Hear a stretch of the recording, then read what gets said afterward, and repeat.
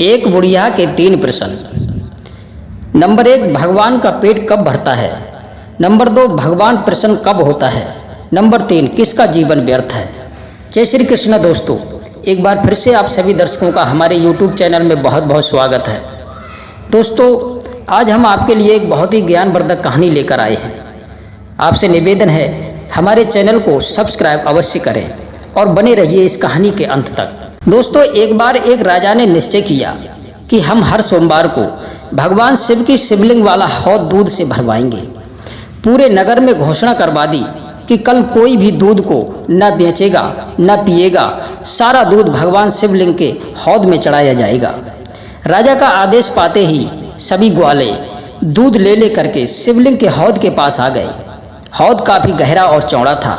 सब लोग राजा के डर से दूध ला करके हौद में छोड़ने लगे।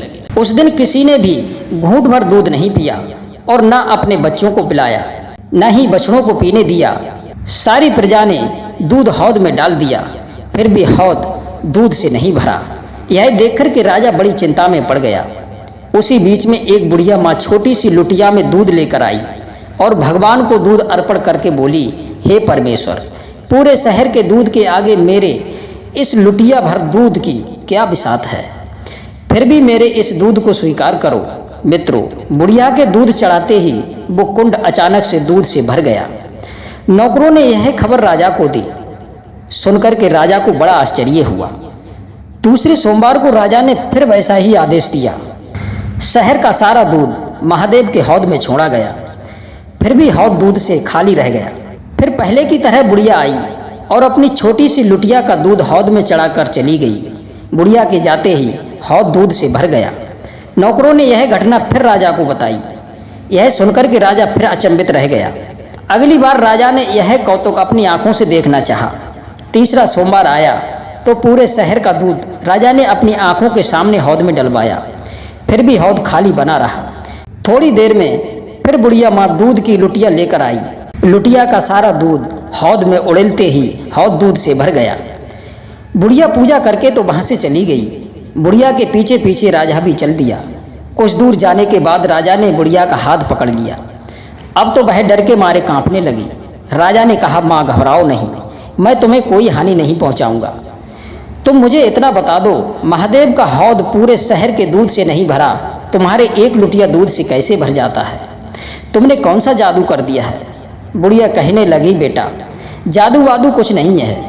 घर के छोटे मोटे बाल बच्चों, ग्वाल बालों और बछड़ों को पिलाने के बाद जो दूध बच जाता है, उसी को लेकर के मैं आती हूँ और भाव से महादेव पर चढ़ाती हूँ। वह मेरे दूध को पीकर तृप्त हो जाते हैं और हौद भर जाता है। पर शहर भर के दूध से हौद इसलिए नहीं भरता क्योंकि तुम राजबल के जोर से हौद में दूध चढ़वाते हो। शहर के लोग आपके डर से अपना पेट काट कर दूध लेकर आते हैं, न अपने बच्चों को पिलाते हैं, न बछड़ों को, न ग्वाल वालों को देते हैं, न वृद्ध जनों को। आप सबको तड़पता छोड़कर सारा दूध अपने कब्जे में लेते हो और उसे भगवान पर चढ़ा देते हैं। बूढ़े और बच्चों की आह से भगवान इस दूध को ग्रहण नहीं करते, इसलिए हौद खाली रह जाता है। समस्त जीवों के अंदर ईश्वर ही उसकी आत्मा के रूप में निवास करता है। जब भी उसके शरीर को कष्ट होता है तो ईश्वर को कष्ट होता है, इसलिए भगवान आपके दूध को ग्रहण नहीं करते। दूसरों को कष्ट देकर भगवान पर अर्पण की जाने वाली वस्तु को वे कभी स्वीकार नहीं करते। संसार को निवाला देने वाले उनसे निवाला छीनकर क्या भला तृप्त हो सकते हैं? एक बात याद रखना, यदि तुम किसी का धन छीनकर, हड़प कर या ठग कर या अधर्म के मार्गों से धन संचित करते हो और उस धन में से संसार को दिखाने के लिए भगवान को अर्पण करते हो, तो भगवान आपकी सेवा से कभी प्रसन्न नहीं होंगे। किसी को भूखा प्यासा रखकर या किसी असहाय दीनहीन प्राणी या दुखी पीड़ित को देखकर भी उसकी सहायता नहीं करते हो, तो आपकी पूजा, आपका दान भगवान कभी स्वीकार नहीं करते। भगवान का तृप्त होने का अर्थ है कि यदि संसार तृप्त है तो भगवान भी तृप्त रहते हैं।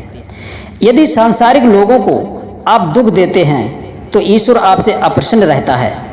मित्रों, एक बात बताऊं, यदि आप भगवान को तृप्त करना चाहते हो तो अपने मनोभावों को बदलो, भगवान आपको मिल जाएंगे।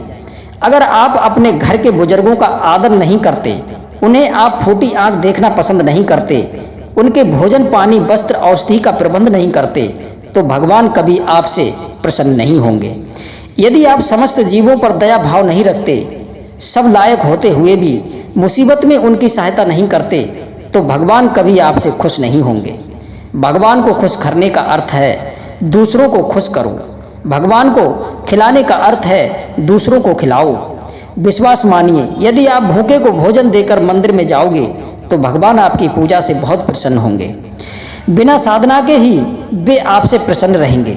एक बार एक भक्त गंगा से जल लेकर के शिव को अर्पण करने के लिए पैदल यात्रा कर रहा था। मार्ग में रेगिस्तान में एक गधा प्यास से व्याकुल होकर जमीन पर पड़ा तड़प रहा था। शिव भक्त ने देखा कि रेगिस्तान की तपती धूप में पानी न मिलने के कारण गधा प्यास से मर रहा है। उसने बिना सोचे समझे गधे के प्राण बचाने के लिए प्राथमिकता दी। जो जल वो महादेव पर अभिषेक करने के लिए ले जा रहा था, वही जल उसने गधे को पिला दिया और बोला, हे भगवान, मेरे जल को आप इस गधे के मुंह से ही स्वीकार कर लो। मित्रों, उसके इतना कहते ही भगवान शिव वहीं प्रकट हो गए और उसे आशीर्वाद दिया। मित्रों, अंत में एक ही बात कहना चाहूँगा, जिसके जीने से बहुत से जीते हैं वही इस संसार में जीवित कहलाता है। अपना पेट तो पशु पक्षी भी भर लेते हैं। जो इन तीनों पर दया नहीं करता उसका मनुष्य लोक में जीने का क्या लाभ। नंबर 1 सेवकों पर, नंबर 2 बंधु वर्ग, नंबर 3 दीनों पर। वैसे तो मल खाकर सुअर भी बहुत दिनों तक जीवित रह लेता है। जीवन उसी मनुष्य का सफल समझना चाहिए जो खुद जीता है और अपनी छत्र छाया में दूसरों को भी जिंदा रखता है, अन्यथा जीवन व्यर्थ है। दोस्तों, वीडियो के विचार आपको कैसे लगे हमें कमेंट के माध्यम से अवश्य बताएं। आप सभी दर्शकों का बहुत बहुत धन्यवाद। फिर मिलते हैं किसी अगली वीडियो में नई ज्ञान चर्चा के साथ। जय श्री कृष्णा, जय श्री राधे।